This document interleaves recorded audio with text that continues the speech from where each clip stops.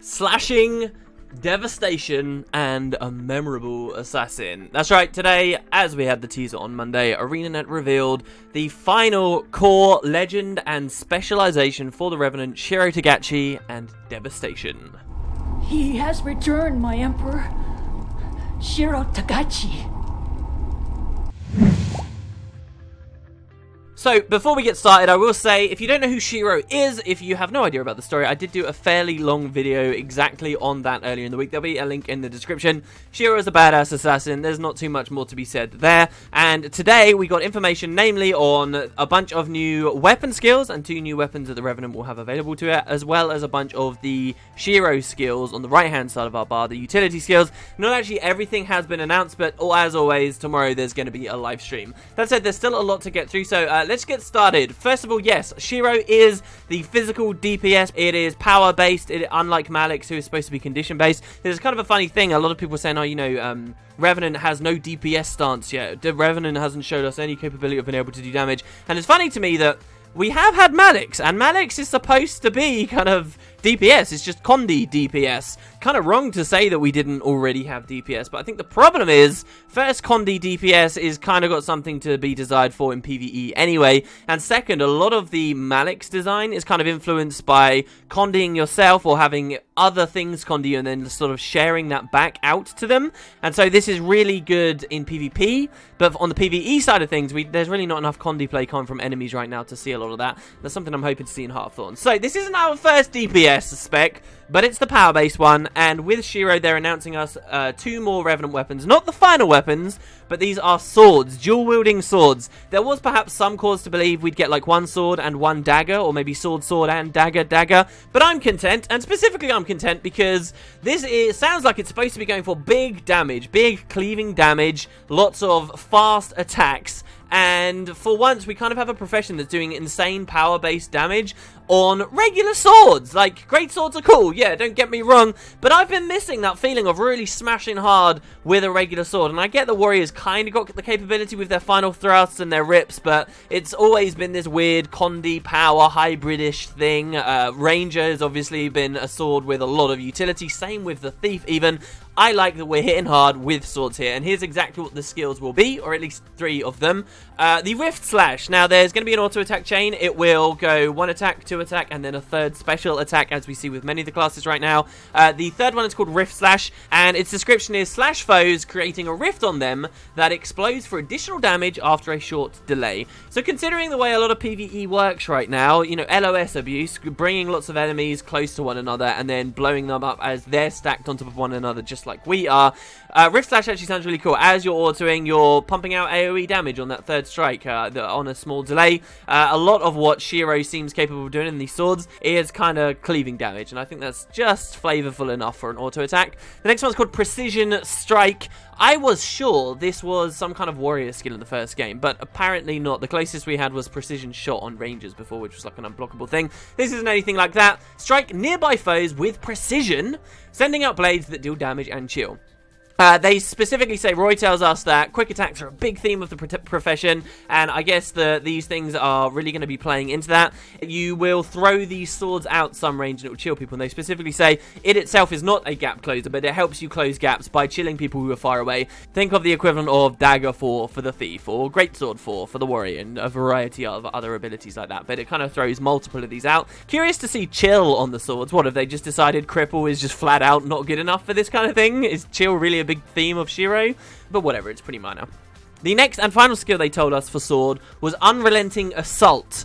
Now, Unrelenting Assault sounds very much like one of Shiro's boss abilities from the previous game. It just doesn't have the same name. So, unleash a fierce attack on nearby foes, shadow stepping to foes in the vicinity and delivering strikes. Gain might on each hit. That's quite a wordy mass there, but this is basically, as they describe, the ability we see Ritlock use in the initial trailer, and indeed the Revenant we saw in the background of one of the earlier live streams was also doing this.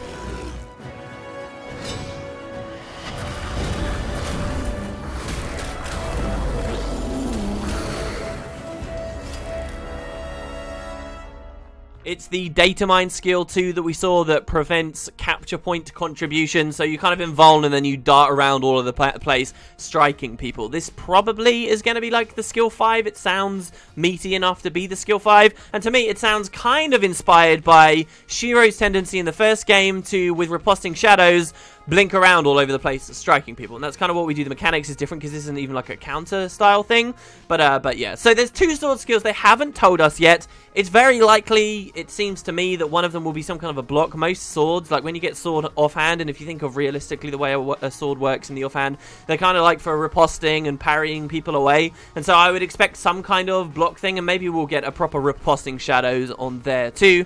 And as for the last skill, who knows, I guess we'll just have to wait for tomorrow. So that's sword, and do consider then that you can combo these swords because they're single-handed weapons and you get both main and offhand. You can combo that with other existing Revenant weapons. So you could go sword axe, or you could go mace sword, or then of course sword, and then you got the hammer, and then you got the staff on top too.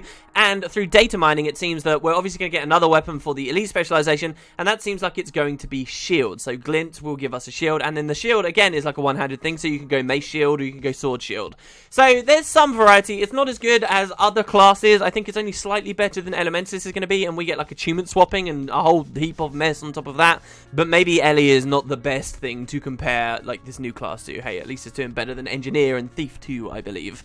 Another interesting thing while we're on the topic of Revenant getting shield, if this turns out to be true, all the other data mining has been spot on so far. It actually means that on the first wave of elite specializations, we do have 2 getting the same weapon. Both the Chronomancer and the Revenant's elite specialization are going to be shield bearers, and so then that gives us even more reason to believe, hey, maybe Thief will get staff, even though Druids confirmed get staff, because they've doubled up on shield as it is anyway. Anyway, a little bit off topic. Let's talk about the Shiro skills. So these are going to be the ones on the right-hand side of the bar. And do remember, in Guild Wars 2, the utilities aren't necessarily the things that account for a lot of your DPS. Like, they can augment it and boost it, like, through Signet passives or enabling you to get crits and stuff. But very rarely are they, like, the bread and butter of your damage. So there's going to be more utility-styled stuff here, but it's also enable you to get that deeps out. So, first of all, they told us about Enchanted Daggers. This is the heal skill. Daggers strike your target as you attack, siphoning health. They didn't specifically say, but this sounds like an upkeep skill, and we have a screenshot. It sounds like you toggle this thing on, you get these daggers floating around you. They look okay. They're supposed to look like jadeite shards, right? And then whenever you attack, they also attack, and then you're stealing health. A huge kind of Shiro style thing, so I like it a lot. But I was really looking forward to having a meditation of the Reaper, you know, just like he did in the boss fight before, where he stops and he sits down and then he takes all of this damage but can heal himself up massively afterwards. That would have been really interesting, but maybe they just thought it didn't work well enough in Guild Wars 2. Who wants to be sitting there passively for a long time at the end of the day? So that's Enchanted Daggers. An interesting discussion came off of this on Reddit, and that's that these sound an awful lot like how spirit weapons should work for the Guardian. We've of course got this problem with AI in Guild Wars 2 where whenever they've got AI in the game, they want it to feel distinct, right? So like Necromancer minions should feel distinct to spirit weapons, but they don't really, not too much. And when you look at what spirit weapons were in Guild Wars 1, basically just buffs you targeted on people and you augmented their weapon with like a spirity version that would do additional damage or provide some bonus effect. And then when you look at early concept art for spirit weapons such as this for the Guardian, it kind of looks like this Shiro skill is what spirit weapons were once supposed to be, and given that spirit weapons weren't really addressed too much with the specializations update before, but the devs have said they were kind of looking into them, I wonder, now that we've got confirmation they do have the tech for this with Shiro, long story short, this could be some kind of spirit weapon overhaul coming to Guardians at some point, just like we're expecting like a conjure weapon overhaul for Elementalists. But yeah, a lot about Guardians changed recently, maybe they're just holding off on that for now. Anyway, interesting discussion. Next Shiro skill is Phase Travel. This is a shadow step. Step through the mist to your target. Make your attacks unblockable. Pretty basic skill. Do consider this, there's a big difference between ground targeted shadow step effects and targeted ones. If this is anything like Judge's Intervention or Sword 2 on Guardian, so you can use it even when you're really far away, then I think it will be okay. But this isn't the same as being able to actually properly shadow step or Infiltrator's Arrow or something like that on the Thief. It makes your attacks unblockable too. They're adding a lot of unblockable stuff to the game. And I've never really felt like there's too much block in the game in the first place. You know, there's a lot of invuln in the game, and there's an awful lot of evade in the game. I think that they could mix it up a bit and say, alright, this doesn't make your attacks unblockable, this makes your attacks unevadable. I think that would have been really, really interesting, and you can call it overpowered, but energy costs can be balanced to suit when it comes to the Revenant. So maybe they missed a trick there, but that could just be my opinion. And then the final skill, Shiro's skill they gave us, once again leaving 2 out to our imagination, was Jade Winds. They don't specifically say this is the elite, but it sounds kind of like it. You charge up, and this is a small note that Roy has in there that I think a lot of people are missing. You charge this thing up, and then you unleash the Jade Winds around you, and this will stun everyone. It's kind of like a big AoE Basilisk Venom, it sounds like. We don't know what the duration is, we don't know what the animation is. Flavor-wise, it's supposed to turn everyone to Jade, so again, I'm expecting it to be a lot like Basilisk Venom. Thematically, it's a really cool skill, but if it's like a big wind-up charge thing that then is going to stun people, it just sounds kind of subpar to me, especially consider this. And again, this is really cool thematically. They explain there is a downstate trait you can choose that means when you go down, and maybe it's only while you're attuned to Shiro as your legend when you go down, or maybe it's just at any point, when you go down, you unleash a free Jade Wind around you, just like in the lore how when Shiro died, he unleashed the Jade Winds. That's a really cool thing thematically. But now I'm thinking about the fact, okay, what, every time we kill a Shiro specialized Revenant, they're going to unleash this stun around us. How annoying is that going to be? It can't be super powerful, otherwise it just becomes crazy OP and ridiculously frustrating. So how toned down is this skill in the end? But I do still think it probably is the elite. So yeah, you guys will have to let me know what you think about that. Another nice little touch from the blog post, at least when describing this, was they linked directly back to the original Factions trailer.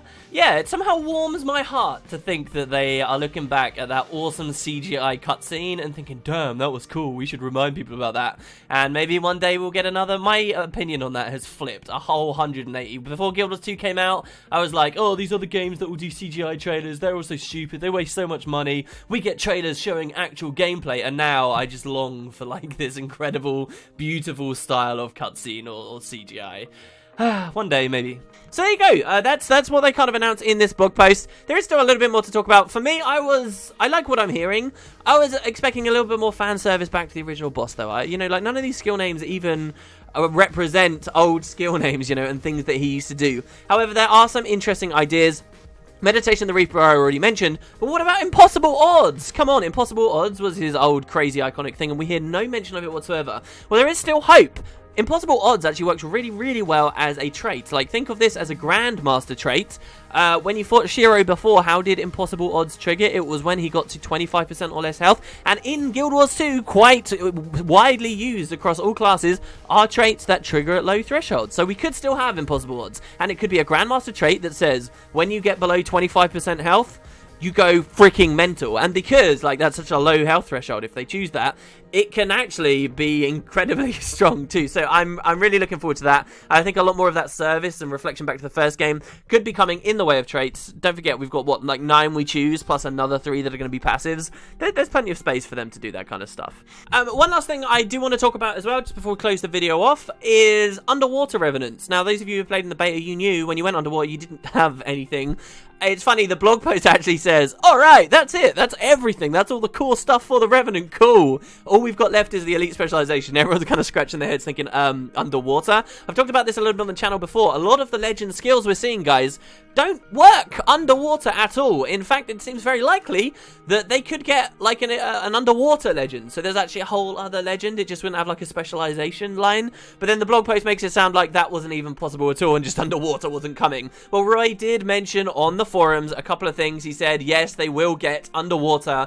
No, the elite specialization is not purely underwater. How amazing would that be if they just only had Glint be like an underwater thing? And he also clarified that there were a lot more changes to the Revenant coming. Big changes since the last beta we played, and he kind of did a few winky faces in there as well. So hopefully they'll discuss more of that on the live stream as well tomorrow. And I guess we'll talk about that when it comes. There was another post today, guys, and that was on adventures. I will get to that this week. There was just so much to say about Shiro today. I thought I'd leave it to the side, but that sounded pretty interesting too. Oh, before I forget, a little bit of news for the channel as well, and an opportunity for you guys. ArenaNet have done something pretty awesome. They're giving me 1,200 gems every month from now on, and they're split into 3 400 gem packages to give away to you guys. So there will be regular channel giveaways where you guys can earn gems.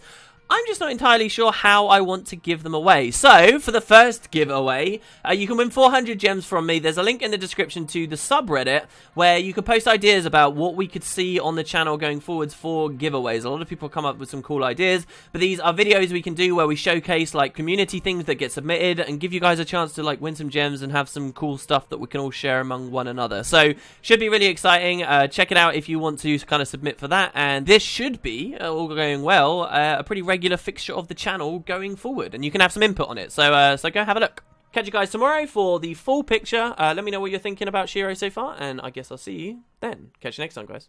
Do your worst. All in good time, Emperor. All in good time.